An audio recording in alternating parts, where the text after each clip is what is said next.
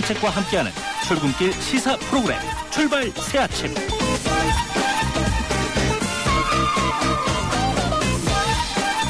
예, 지명치기 출발 새아침 3부 시작합니다. 잠시 뒤 박원순 서울시장 인터뷰 있겠습니다.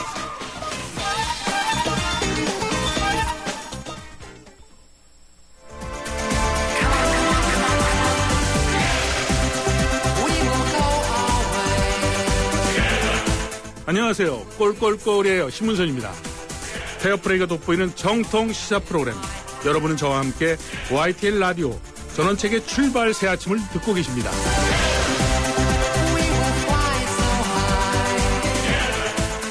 여야 정치권이 사활을 걸고 있는 지방선거가 4개월 보름 정도 남았습니다. 우리 정치판의 지역 기반을 볼 때 특히 서울을 비롯한 수도권 세 곳이 초점이 되고 있습니다. 그 중에서도 서울은 한치 앞을 내다볼 수 없을 만큼 예측이 어렵습니다. 무엇보다도 안철수 신당이 출범하면서 지난 보궐선거에서 안철수 의원과 단일화를 통해 서울시장에 당선된 뒤 민주당이 입당했던 현직 박원순 시장의 재선이 불투명해진 겁니다. 오늘은 박원순 서울시장 입장을 들어보겠습니다. 전화 연결되어 있습니다. 안녕하세요, 박 시장님. 네, 안녕하세요. 반갑습니다. 예, 오랜만입니다. 네. 이 정치 현장에 들어선 지 2년하고도 석 달이 됐습니다. 이 어떻습니까? 네. 할만하십니까? 예, 저로서는 최선을 다했고요. 예.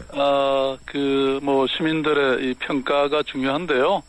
그래도, 서울이 좀 여러 가지로 조용해지고,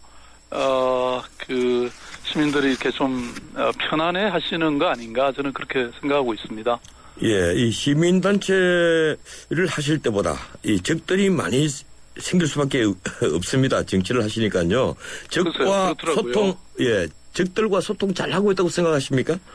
근데 저는 적이라는 표현에 동의하지 않고요. 예. 서울시장이라는 자리는 그야말로 천만의 시민들의 삶을 이렇게 잘 보듬어 안고 편안하게 해드리는 거잖아요. 예. 말하자면 갈등을 조정하고 해결하는 그런 역할이 중요하다고 저는 생각합니다. 그래서 심지어는 저하고 의견을 달리하는 분들에게도 저는 늘 귀를 기울였고요. 예. 그래서 잘 아시다시피 지금 전임 시장 때부터 여러 가지 갈등으로 남아있던 문제들, 뉴타운이라든지 지하철 9호선 재구조와 세빛둥둥섬, 동대문 DDP, 용산국제업무지구 이런 거 하나씩 다 해결했거든요. 예. 특히 지하철 9호선은 이렇게 좀 여러 가지 계약이 잘못돼 있어가지고 그걸 바로 잡음으로써 무려 약 3조 2천억 정도를 아끼게 됐거든요. 예. 그래서 저는 이런 현안은 해결하고 갈등은 줄이고 삶의 질은 높이고 또 미래의 초석을 다지는 그런 일들을 지난 2년 동안 해왔고요. 그래서 많은 성과가 있지 않았나, 시민들이 그걸 평가하고 계시지 않을까 이렇게 생각하고 있습니다. 예, 근데 뉴타운 9호선 알겠는데 이 샛빛둥둥섬은 어떻게 됐습니까? 세빛둥둥섬도 이제 그게 사실상 주인이 효성그룹인데요. 예. 저희들이 여러 가지 쟁점과 논란이 있었지만 작년에 저희들이 합의를 했죠. 그래서 아마 이제 금년 한 3, 4월 정도 되면 이게 본격적으로 개방되고 예. 관광객이나 이제 일반 시민들이 즐길 수 있는 그런 공간으로 될 겁니다. 예, 그렇게 되면 서울시 부담이 좀 줄어들겠군요.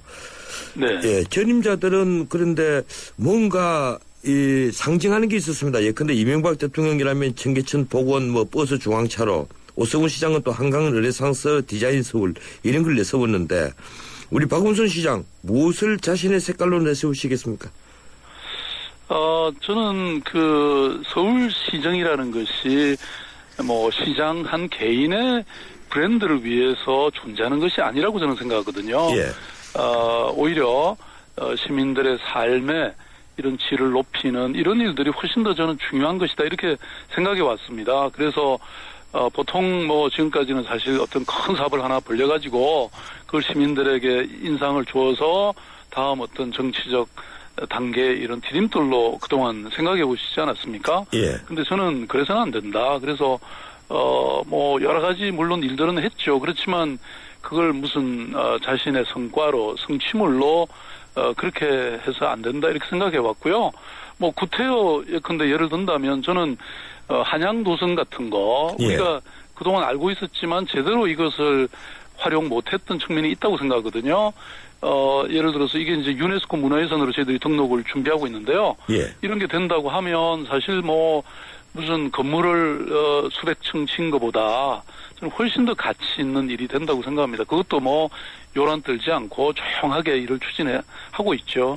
예, 이 한양도성 유네스코 문화유산 지정하는 문제를 참 많은 분들이 별로 안 되더라고요. 꼭 성공하시기 바랍니다. 저는 일을 이렇게 조용하게 소리 없이 하고 있습니다. 시민들과 충분히 미리 사전에 협의하고 교류하고 이해관계자 설득하고 이래버리니까 뭐 실제는 그런 일은 어마어마한 일인데 뭐 쟁점이 있을 일이 없잖아요. 예. 근데 이게 정말 정치라는 것은 뭐 이렇게 시민들을 피곤하게 만드는 게 아니라 이렇게 편안하게 만들어 드려야 되는 거 아닌가요?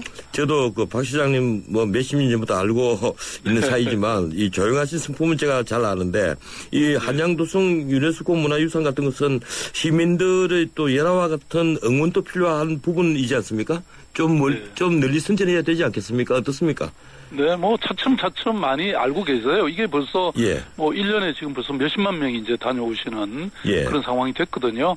더군다나 유네스코 문화유산에서 등록되면 아마 외국인 관광객까지 많이 저는 오지 않을까.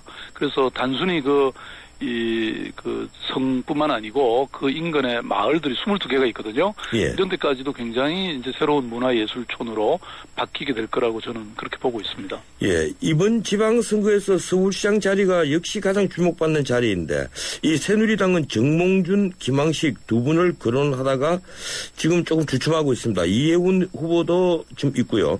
우문을 하나 드리겠습니다. 지금까지 거론된 분이 정몽준, 김항식, 이해운 세 분인데 어느 분이 가장 편해 보입니까?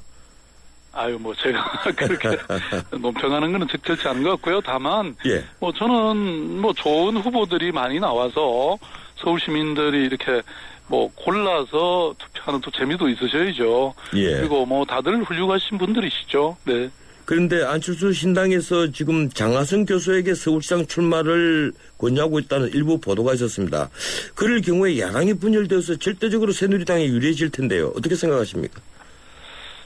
글쎄요, 뭐 그 여러 가지 이제 제가 보기에는 설왕설래 하고 있는 것 같아요. 뭐 그런 거 가지고 제가 논평하는 것은 적절치 않다고 보고요.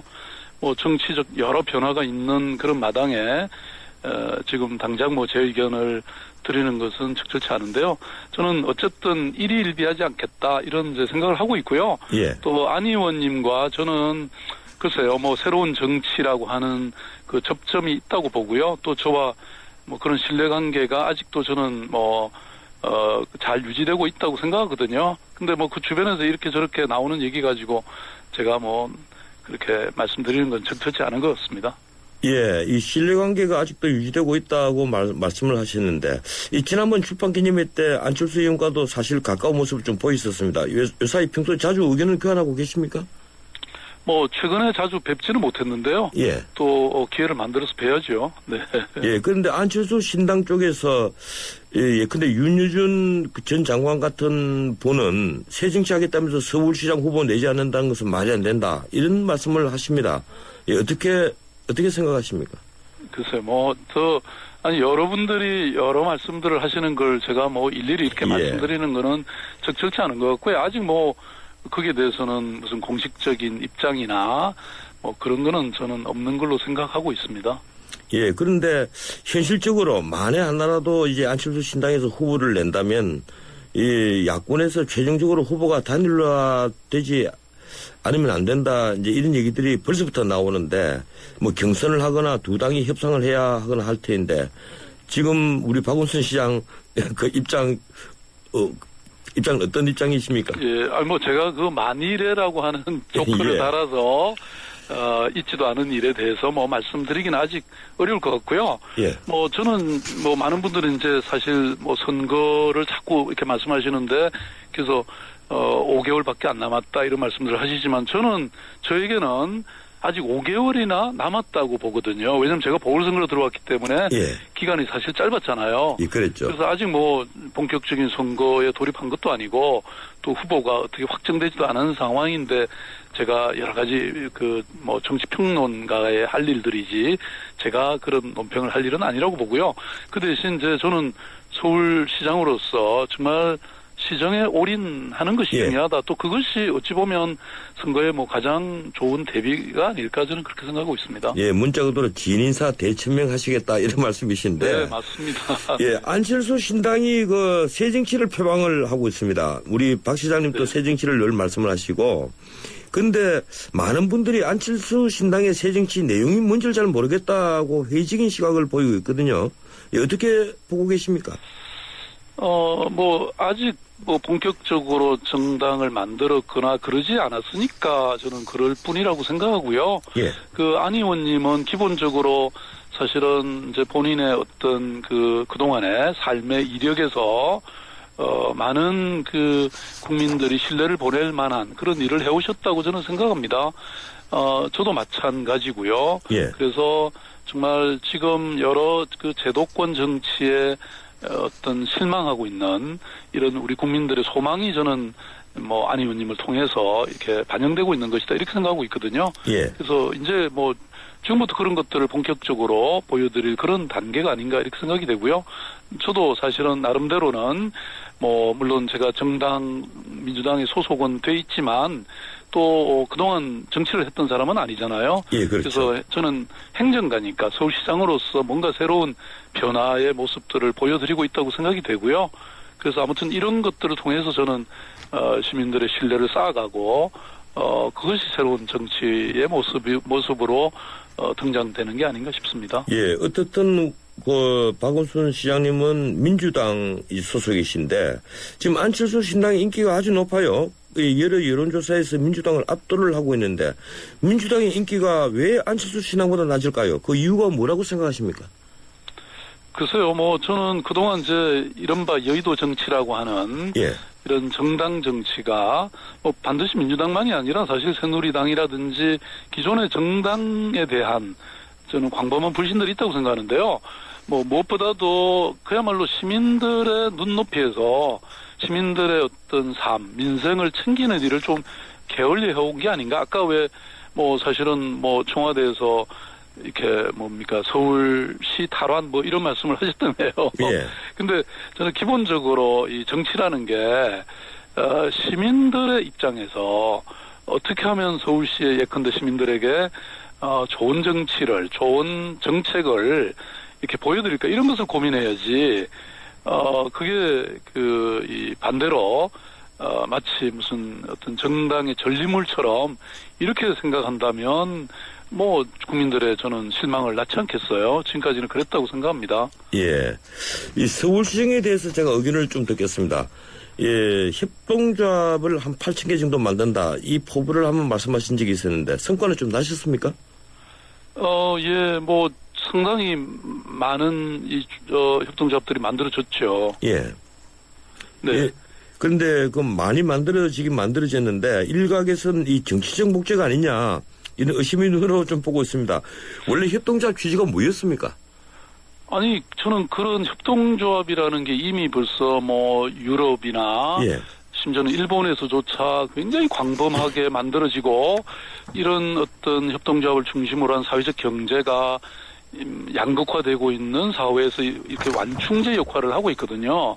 물론 협동조합이라는 것은 어떤 한 개인을 위한 것이 아니고 그야말로 그 지역 사회나 그 공동체 모두를 위한 예. 이런 이익을 거두는 것이 목표잖아요. 그렇게 예. 보면 아니 그것은 우리 사회 더군다나 여야가 합의해서 그런 협동조합법을 만들어서 지금 이렇게 잘 되고 있는데 그걸 정치적으로 해석하는 저는 이유가 오히려 참 그런 분들은 도대체 무엇을 알고 있고 어떤 예. 목적을 갖고 계신지 잘 이해가 안 갑니다. 예, 알겠습니다. 아까도 말씀드렸지만 예. 저는 어디까지나 이 뭐 선거라든지 정치라는 것이 정치인 자신을 위해 존재하는 게 아니잖아요. 예. 그야말로 시민은 안중에도 없는 이런 정치적 현실이 오늘의 광범한 정치적 불신을 낳았다고 생각하거든요. 협동조합을 갖고 저는 시비를 거는 건 정말 이해하기 어렵습니다. 예, 그렇군요. 이 새누리당 이인호건 의원이 이 서울시 18개 투자기관 중에 8곳이 낙하산 인사, 보훈인사다 이런 주장을 했습니다. 대표적으로 오성규 시설관리공단 이사장, 석치순 도시철도공사 기술본부장, 박인배 세종문화회관 사장, 이런 분들을 꼽는데 어떻게 반론하시겠습니까? 저는 인사에 사실 완벽함은 없다고 생각하거든요. 예. 그렇지만 방금 예를 드신 그분들이 나름대로는 저는 잘하고 계신다고 생각해요. 그리고 사실 제가 딱 들어오니까 예컨대 새누리당 출신의 예. 그런 분들이 한 100여 명이 각종 산하기관에 이사, 비상임, 이사 이렇게 있더라고요. 예. 근데 저는 그분들 한 분도 제가 일부러 내쫓거나 그러지 않았고요. 지금도 계신 분들 계세요. 예, 저보다 그렇군요. 임기가 긴 분도 계세요. 근데 저는 오히려 정말 누구라도 합당한 그런 자격이 없는 분들은 제가 어떤 분이라도 그런 압력 받지 않았고요. 저는 나름대로 제가 가장 최선을 다해서 일할 수 있는 그런 분들을 채택했다고 생각합니다. 저는 자신은 돌아보지 못하고 이렇게 남을 탓하는 그런 것도 구태 정치의 하나라고 생각합니다. 예, 서울시 빚 줄인다고 말씀하셨었는데 이 부채는 좀 줄였습니까? 아니 그럼요. 예, 어느 정도입니까? 지금 작년 연말 현재 3조 정도의 예. 채무를 줄였고요. 그다음에 지금 여러 가지 저희들 해놓은 걸 따지면 금년 연말까지 약 6조 5천억 정도는 줄 것으로 이렇게 전망이 되고 있는데요. 조금 더 노력하면 본래 제가 당초에 약속한 7조 채무 감축은 가능하지 않을까. 저도 사실은 어렵다고 봤던 것인데요.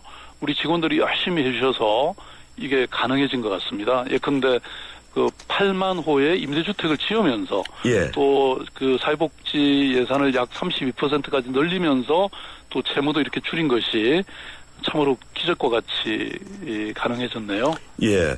지난번에 무상보육 재원을 놓고 정부와 한판 붙었는데 올해부터는 정부 지원이 좀 이제 늘게 됐으니까 보육 재원은 이제 걱정하지 않아도 되는 겁니까? 전혀 그렇지 않습니다. 잘 아시다시피 지방 재정이라는 것은 예. 딱 제한된 세수밖에 없거든요.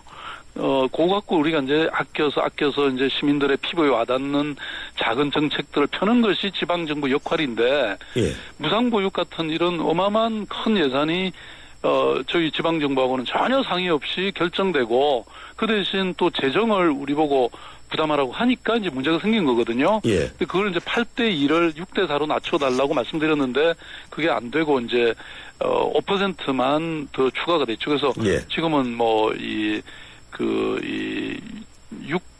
6.5대 3.5가 된 겁니다. 그래서 예, 그렇죠. 여전히 이게 몇백억이 되고 또 기초 노령연금에 한 1,000억 이렇게 해서 서울시가 추가로 부담하는 것이 또 이게 몇 천억 됩니다. 그렇게 되니까 저희들이 목이 졸리는 그런 느낌이죠. 사실 그래서 이런 보편적 복지, 전 국민에 해당되는 복지는 중앙정부가 부담하는 것이 맞다. 저는 그렇게 생각하고 있고요. 이것은 저만의 생각이 아니라 시도지사 모두의 공통된 견해입니다. 예, 이 원하지 않든 원하시든 간에 지금 야당의 대권 후보로 벌써 꼽히고 있습니다. 이번에 재선하면 임기를 다 못 채울 수도 있다 이런 생각도 드는데 어떤 의견이십니까? 저는 이미 말씀드렸는데요. 예. 서울시장이라는 자리도 이게 만만한 자리가 아니지 않습니까? 예. 1,000만 시민의 삶을 그야말로 책임지는 일인데요. 이 서울시 왜 자꾸 엉뚱한 그런 말씀들이 나오는지 저는 참 이해가 안 되고요. 지금까지 제가 잘 해온 것처럼 저는 앞으로 남은 기간도 정말 마지막 날까지, 마지막 시간까지도 서울시정에 올인하고 정말 서울시 잘 챙기겠습니다. 그러니까 대권과 상관없이 서울시장은 완주하겠다. 이제 이걸 약속을 하시는군요. 네, 그렇습니다. 그러면 대권 생각하시면 서울시장 출마하지 않으셔야 되겠습니다. 그렇지 않습니까? 당연한 일이라고 저는 생각합니다. 예, 고맙습니다. 여기까지 듣겠습니다. 예, 고맙습니다. 예, 새해 복 많이 받으십시오. 네, 예, 고맙습니다. 예, 오늘은 서울시장 박은순 시장 특별한 인터뷰를 했습니다.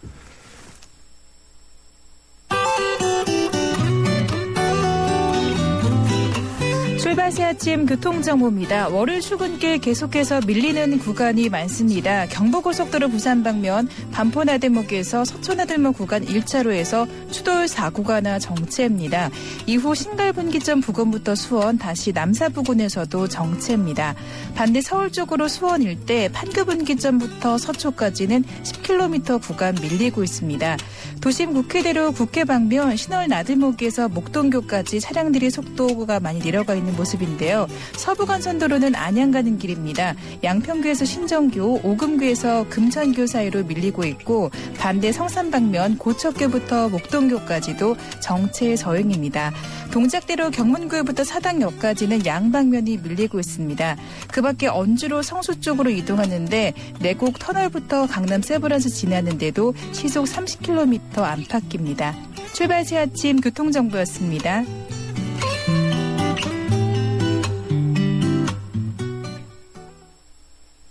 채소 과일이 건강에 좋다고 하면 승우 씨는 말하죠. 알고 있어. 그런데 미국 암협회에서 암 예방을 위해 채소 과일 하루 2컵 반 섭취를 권장한다고 해도 그럴까요? 그래? 그럼 더 먹어야겠네. 챙겨주세요. 미리미리 챙기는 가족 건강. 예, 3부 얘기 마치고 잠시 뒤에 4부 이어갑니다. 여보, 우리 집 도로명 주소 알아? 그럼 당연하지. 대안길 5번이잖아. 벌써 알고 있었네. 도로명 주소는 도로 왼쪽에는 홀수, 오른쪽에는 짝수 번호 건물이 순서대로 있으니까 도로 이름과 건물 번호만 기억하면 쉬워. 와, 알려주기도 찾아가기도 정말 편하겠네. 네. 각종 민원 신청할 때도 우편물을 보내거나 길 찾을 때도 이젠 도로명 주소. 도로명 주소 홈페이지나 주소 찾아 앱에서 우리 집 주소를 꼭 확인하세요. 이 캠페인은 국민의 안전과 행복을 생각하는 안전행정부와 함께합니다.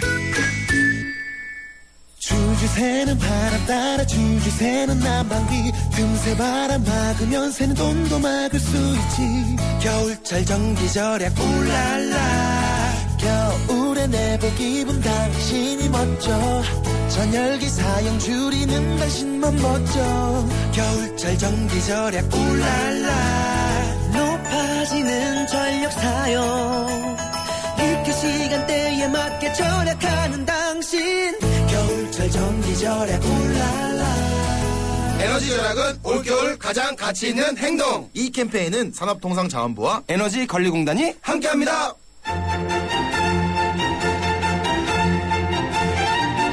출근길 정통 시사 라디오 프로그램 YTN 라디오 전원책의 출발 새 아침. 예, 전원책의 출발 새 아침 4부 순서 시작합니다. 광고 하나 듣겠습니다.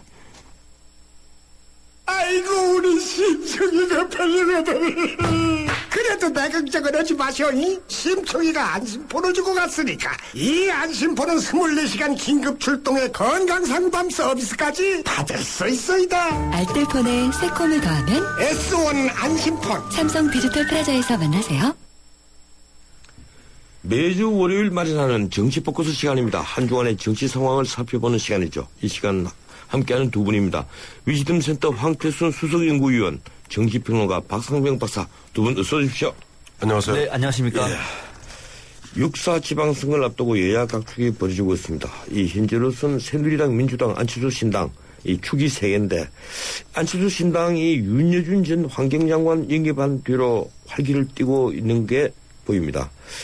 그래서 그런지 이게 전라남북도 그리고 광주 그리고 부산 그리고 서울까지 반드시 후보를 내겠다 이런 말도 나오고 있습니다. 우선 두 분께서 안철수 신당 파워 어느 정도로 커지고 있다고 보십니까? 먼저 황태순 의원님. 지금 보면 윤여준 전 장관을 갖다 이제 의장으로 영입을 했죠.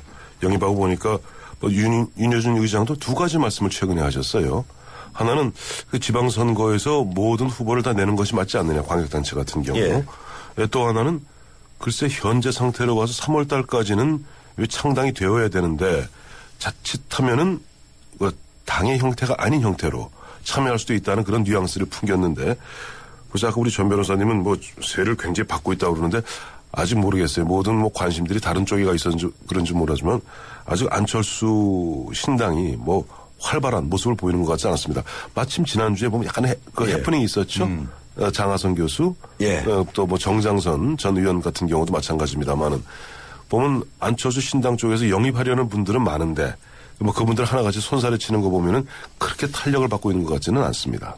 근데 장하성 교수 같은 분은 그 단순한 해프닝처럼 안 보이던데요. 박상영 박사님 어떻게 보셨습니까?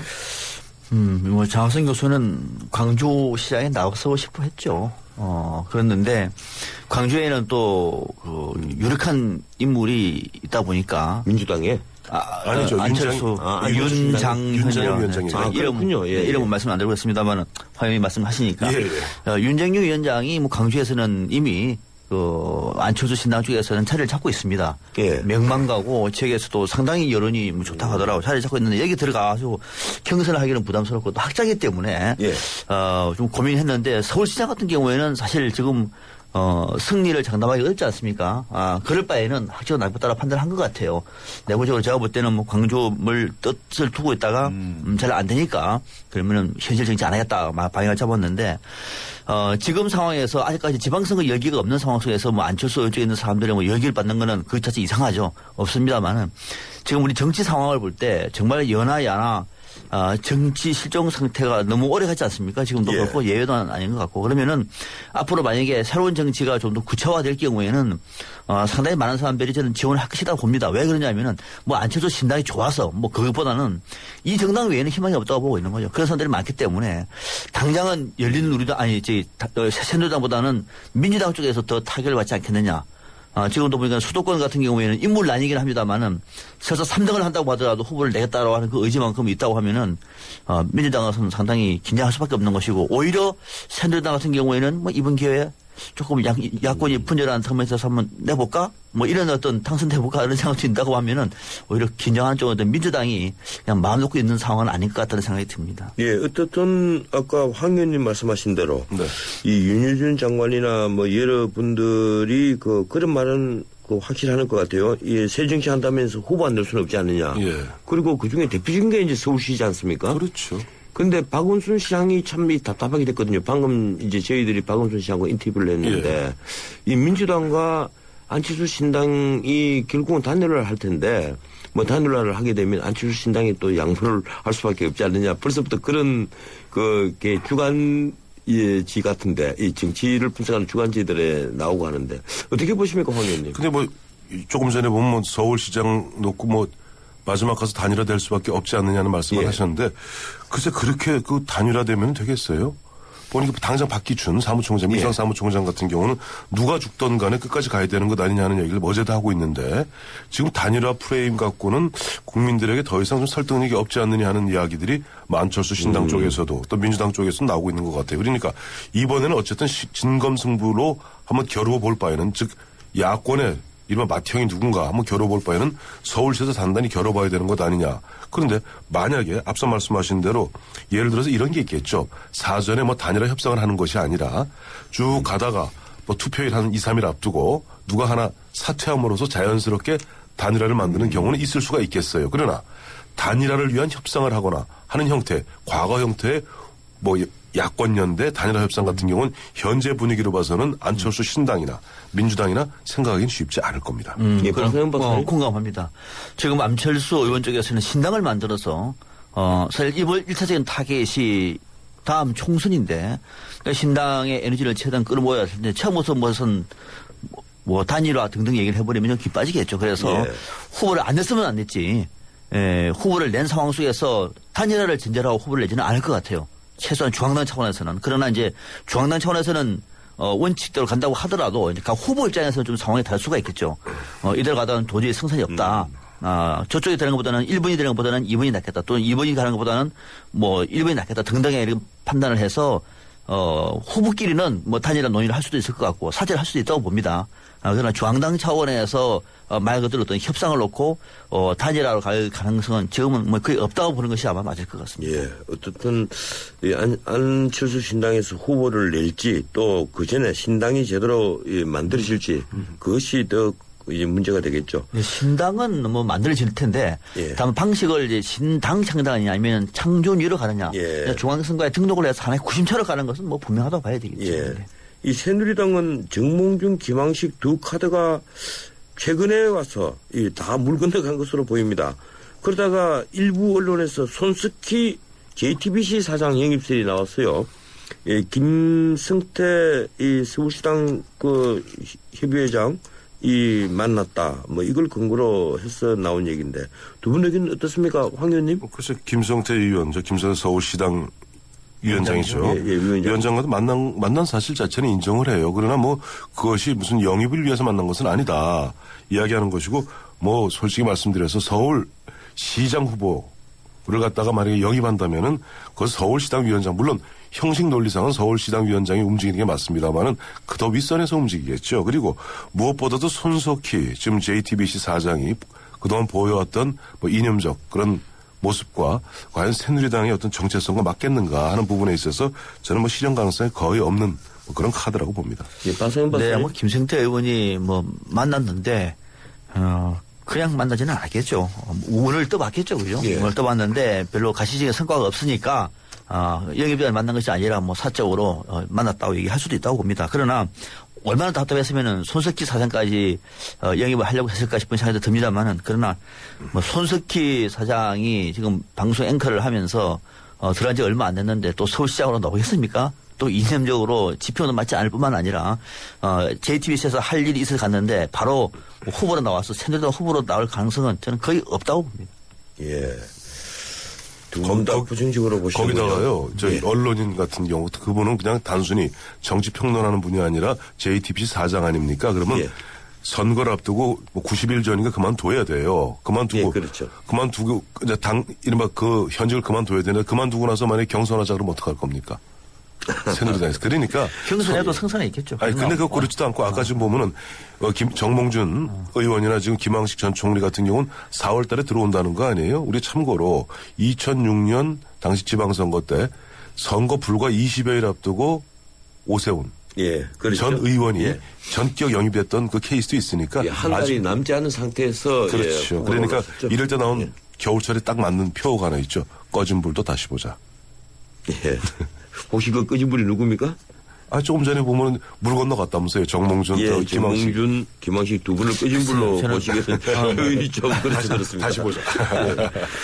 네, 어쨌든 지금 새누리당 또 이 수도권 세 지역, 이 서울, 경기, 인천 다 답답해 하는데 경기지사는 김문수 현 지사에게 삼선에 좀 나서달라 이렇게 촉구하는 모양새입니다. 지금 보십니까? 새누리당 지도부는 정말로 이 서울시장은 뭐 그렇다고 하더라도 경기도지사는 지금 새누리당 소속이기 때문에 여기를 뺏겨버리면은 지방선거 뭐 참패 얘기 나올 수 있는 데뭐 아니겠습니까? 그렇죠. 그래서 서울시는 논외로 하더라도 적어도 경기도지사만큼 지키겠다 했는데 인물이 지금 만만치가 않아요. 뭐 원유철 뭐 의원이라든지 정병국 의원, 정병국 의원 등등해서 다 고만고만한 후보라서 마음을 놓을 수 없는 상황인데 고만고만한 후보라면 이 잘못된 표현이고 두 분이 아직까지 압도적이지 못하다 이제 이렇게 표현을 합시다. 그렇습니다. 압도적이지. 고만고만한 하면 그 뜻인데 듣는 분이 또 오해. 알겠습니다. 오해하지 마시고 들었으면 좋겠습니다. 압도적인 후보가 아닙니다. 그렇다 보니까 지금 김문수 지사한테 한번 대달라고 요청을 하고 있는 것 같아요. 근데 김문수 지사 나는 지금 대선으로 나가려고 그러는데 왜 자꾸 이쪽으로 묶으려고 그러느냐. 내심 아마 대선 쪽으로 방향을 잡은 것 같아요. 그러면은 이 경기도지사에 민주당도 지금 후보가 나와 있습니다만은 안철수 쪽에서 어떻게 할지가 최대 변수가 될 것 같아요. 만약에 3자 구도로 가면은 뭐 새누리당 입장에서는 조금 많이 편해지겠죠. 그러니까 그렇지 않을 경우에는 안철수 의원 쪽에서 만약에 가셔야 하지 않고 만약에 야권에서 여기도 후보가 뭐 단일화될 경우에는 글쎄요 뭐 새누리당 여기도 상당히 불안하지 않겠느냐 이렇게 봅니다. 근데 경기도는 지금까지 5번 그 지사 선거가 있었는데 딱 한 번을 제외하고는 4번을 다 보수 쪽에서 이겼습니다. 그렇죠. 여당 쪽에서 지금 여야 구분이 안 됩니다. 여야 구분이 안 되고 처음에 이인재 그다음에 이제 임창열 지사가 조금 이제 진보개혁, DJ 쪽에서 됐고 나머지는 뭐 김문수라든가 그다음에 손학규라든가 그 당시 손학규는 현재 손학규가 아닙니다. 그렇죠. 한나라당 손학규였습니다. 그러니까 5번 중에 4번을 갖다 보수가 이겼고 이번에 조금 전 말씀하신 대로 박 박사님 말씀하신 대로 김문수 지사가 그동안 이제 3선에 안 하겠다 하다 보니까 고만고만하다는 표현이 쓰셨는데 그래도 정병국, 원유철 두 분 의원 다 4선 의원이고 또 김진표 3선 의원의 부총리 하셨고 야당입니다만은 또 원혜영 의원도 4선 의원 하시고 다 보면은 현재는 원체 뭐랄까 김문수 지사가 8년 하다 보니까 그 빛에 다른 분들이 좀 가려졌던 것 뿐이지. 김진표 지사가 이제 불출마 선언하고 본격적으로 레이스 이제 각 당내 레이스 붙으면은 정말 볼만한 선거 될 것 같고 앞서 우리 박 박사님 말씀하신 대로 거기도 또 경기지사 같은 경우에 만약에 안철수 신당 쪽에서 후보를 낸다면은 3자 대결 구도가 된다면은 지금 기본적으로 정당 지지도가 어쨌든 새누리당이 민주당보다 2배가량 높습니다. 거기다 박근혜 대통령의 지지율이 55%를 지금 언저리에 있다 보면은 그래도 새누리당에서 참패 운운할 지역까지는 가지 않겠는가 보고 있습니다. 서울시하고 좀 비교해 보면은요.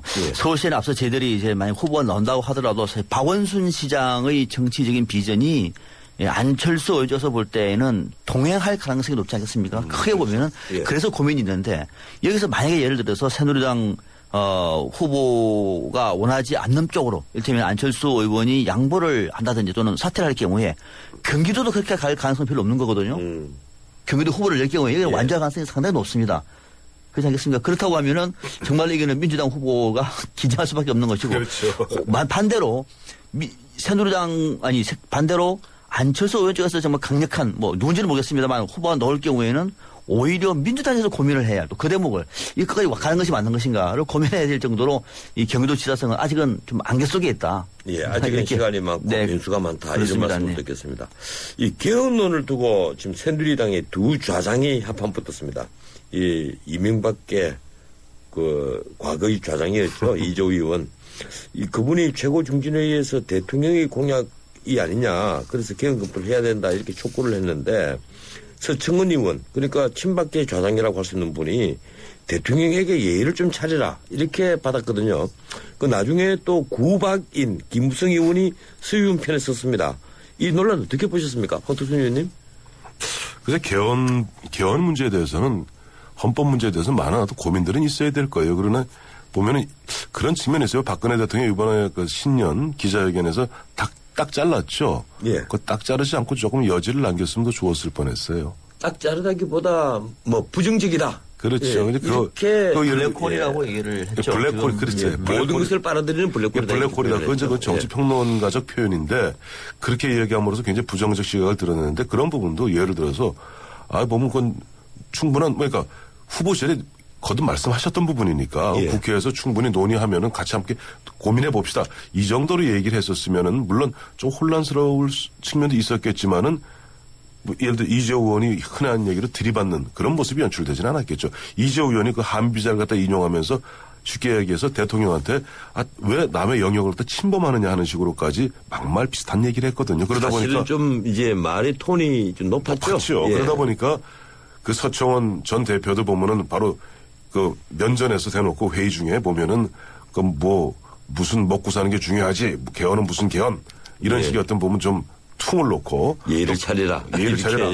또 김무성 의원도 그 부분에 대해서 또 서청원 의원 편을 좀 드는 그런 모습을 보였는데 어쨌든 개헌 문제에 대해서 많이 고민을 하되 대통령 말씀대로 올해 과연 하는 것이 적합한가 하는 부분에 대해서는 저도 조금 회의적이에요. 박 박사님? 개헌론에 저는 원칙적으로 찬성합니다. 이제는 87년 체제에 대해서 한번 재정립을 할 때가 됐다. 그리고 특히 권력 구조와 관련해서도 지금 같은 5년 단임 이제 언제까지 우리가 이렇게 대통령 권력을 중심으로 해서 찬성과 반대 양론으로 우리 정치가 이렇게 갈 수는 없는 거죠. 한번 진지한 고민이 필요한데 그러나 타이밍과 전략이 중요한 거거든요. 타이밍이 지금 박근혜 정부 2년 차에 하는 것이 맞는 것인가? 저도 이거는 반대합니다. 지금 박근혜 정부 갈 길이 말 그대로 태산인데 이런 상황에서 만약에 개혁 문제가 공론화 돼버리면 집권 2년차 국정 운영하기 어렵습니다. 정말 엄청 큰 블랙홀이 될 겁니다. 이거는 박근혜 정부의 국정 운영에도 상당히 부담이 있는 것은 충분히 우리가 알 수 있는 대목이고 전략적으로도 새누리당 안에서 비주류 쪽에서 개헌을 얘기하는 것은 의도를 하든 하지 않든 간에 결국은 개헌을 중심으로 해가지고 개헌 찬반 양론을 모아서 나름대로 입지를 구축하겠다는 뜻 아니었습니까? 과연 그런 것들이 좀 진정성 있게 들릴까라고 하는 제목에서는 다소 좀 부정적인 측면도 저는 없지 않다고 봅니다. 이제 시간이 다 돼가는데 제가 짧게 의견을 좀 두 분에게 듣겠습니다. 실제 지금까지 모든 개헌은 이 정권을 획득하기 위한 하나의 수단 방법으로 사용됐거든요. 네. 과거에 우리나라 이 개헌 상황을 보면 지금 정권에서 멀쩡한 정권에서 개헌이 성사되기가 그만큼 어렵다는 얘기입니다. 네. 또 그리고 이 통치 구조를 중임제로 바꾸는 원포인트 개헌 그게 이제 노무현 대통령 때 논의가 됐었는데 뭐 그런 게 아니라면 지금 이념적으로 충돌하는 지점이 너무 많아요. 그렇죠. 예, 근데 우리나라 영토 조항부터 시작해서 그런데 이 개헌 과연 가능하다고 생각하십니까, 황 의원님? 말씀하신 대로 현행 지금 구체 개정 헌법까지 단 한 번도 예. 헌법 개정 때 혁명적 상황이 아니었던 적이 없습니다. 혁명적 상황이거나 쿠데타적 상황이었습니다.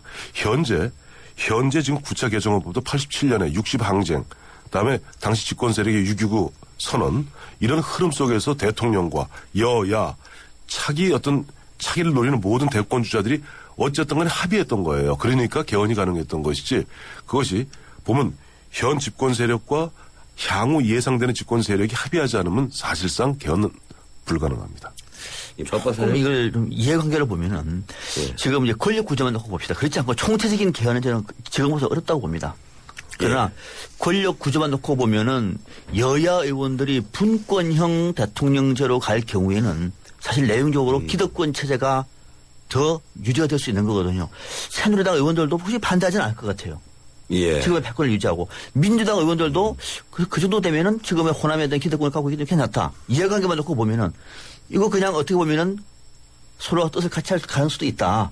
저는 그렇게 봅니다. 그러나 박근혜 정부에서 국정운영에 부담이 되기 때문에 뭐 현실 가능성이 얼마나 될까는 모르겠습니다만 여야 입장에서 보면 내심 이 개헌을 원하는 쪽도 상당히 여론이 있을 것 같다는 생각도 듭니다. 예, 황 의원님 짧게 말씀하시면. 예. 근데 사실은 권력 구조만 다루겠다고 개헌의 문을 여는 순간 아마 시민사회단체 등 이렇게 얘기할 거예요. 아니 뭐에 헌법은 너희 정치하는 사람들만의 몫이기만 하냐? 이런 얘기도 논의하자. 그러니까 문을 여는 순간 권력 구조의 문을 여는 순간 모든 것에 다 열리게 되기 때문에 쉽지 않다는 겁니다. 예. 시간이 너무 없습니다. 이주일이 베스트 워스트 짧게 듣겠습니다. 이주일이 베스트 황 의원님. 박근혜 대통령입니다. 이유는요? 신년사를 통해서 어쨌든 오랜만에 국민들과 소통하려는 노력 보였기 때문입니다. 예, 박박사님. 저는 서울고등법의 최규홍 판사입니다. 최규홍 판사. 판사님. 잘 아는 제 후배입니다. 그렇습니까? 예. 깜짝 놀랐습니다. 이유는요? 이번에 항소심 재판 때 친일 자산이기 때문에 국가가 환수해야 된다. 이런 이름으로 친일 기준 자기를 받은 사람에 대해서 국가의 친일 자산을 인정을 했습니다. 예. 그 점에서는 적절한 판단이다. 이렇게 봅니다. 이주일이 워스트 황 의원님. 노다 전 일본 총리입니다. 예. 우리 박근혜 일본 사람들 안 하기로 했잖아요. 이거 한 번만 하고요. 매주 해야 되는데 그러면. 그래, 매주. 알겠습니다. 아시죠? 왜 박근혜 대통령 놓고 여학생 같이 외교한다는 식으로 비아냥거리는 아주 무리한 발언했죠. 예. 박박사님. 저는 서남수 교육부 장관 잡았습니다. 이유는요? 교육부가 지금 편수를 담당하는 조직을 만들어서 사실 국정체제로 가는 것은 누가 보더라도 이건 시대에 맞지 않다. 이렇게 생각이 듭니다. 예, 고맙습니다. 이 전원책의 출발사침 월요일 정치포커스 시사평론가 박상명 박사 위진센터 황태순 수석연구 위원 두 분과 함께했습니다. 수고 많으셨습니다. 네, 고맙습니다. 감사합니다. 놈이라고 깎아주시는 겁니까 지금? 굶게 이 정도 피자면 강남필인디. 우리 돈 많아라. 점심엔 5,900원 맞습니다. 스마트 런치 진짜로 피자가 5,900원. 점심이 기다려지지 않니? 그니까 피자 앤모어 피자 핫. 연아가 알려주는 좋은 물의 조건. 물 드실 땐 꼭 수원지를 확인하세요. 저는 지하 180m 천연 안만수와 드넓은 구규림이 있는 해발 680m 강원도 평창을 꼭 확인해요. 깨끗해. 강원 평창수 평창동계올림픽 공식 먹는 샘물. 한국은행은 작년 말부터 통화신용 증책 목표를 물가 안정에서 성장세 회복 지원으로 바꿨습니다. 당연한 결정이죠. 이고 이진화에서 수출도 잘 되고 흑자도 나는데 삼성전자 한 기업 제외하면 전부 허당인 건 모두가 아는 사실입니다. 성장은 더디고 물가 상승은 한국은행이 관리 목표로 잡았던 절반 정도 6.3%에 그쳤습니다. 결론은 경기 부양을 위해서라도 돈이 돌게 해야 하는데요. 한국은행 참 재밌습니다.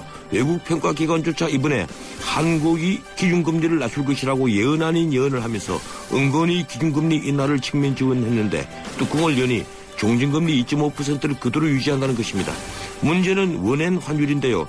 요즘 일본 돈가치가 떨어지는 바람에 원엔 환율이 춤을 추고 이 바람에 그동안 우리 경제 버팀목이 되어주던 IT와 자동차가 죽을 판이 다 됐습니다. 연초에 우리 증시 대폭락도 거기에 기인했죠. 한국은행의 이번 판단 제발 제대로 된 판단이었기를 빌 뿐입니다. 오늘은 여기까지입니다. 지금까지 진행의 전현식 변호사였습니다. 내일 뵙죠. 고맙습니다.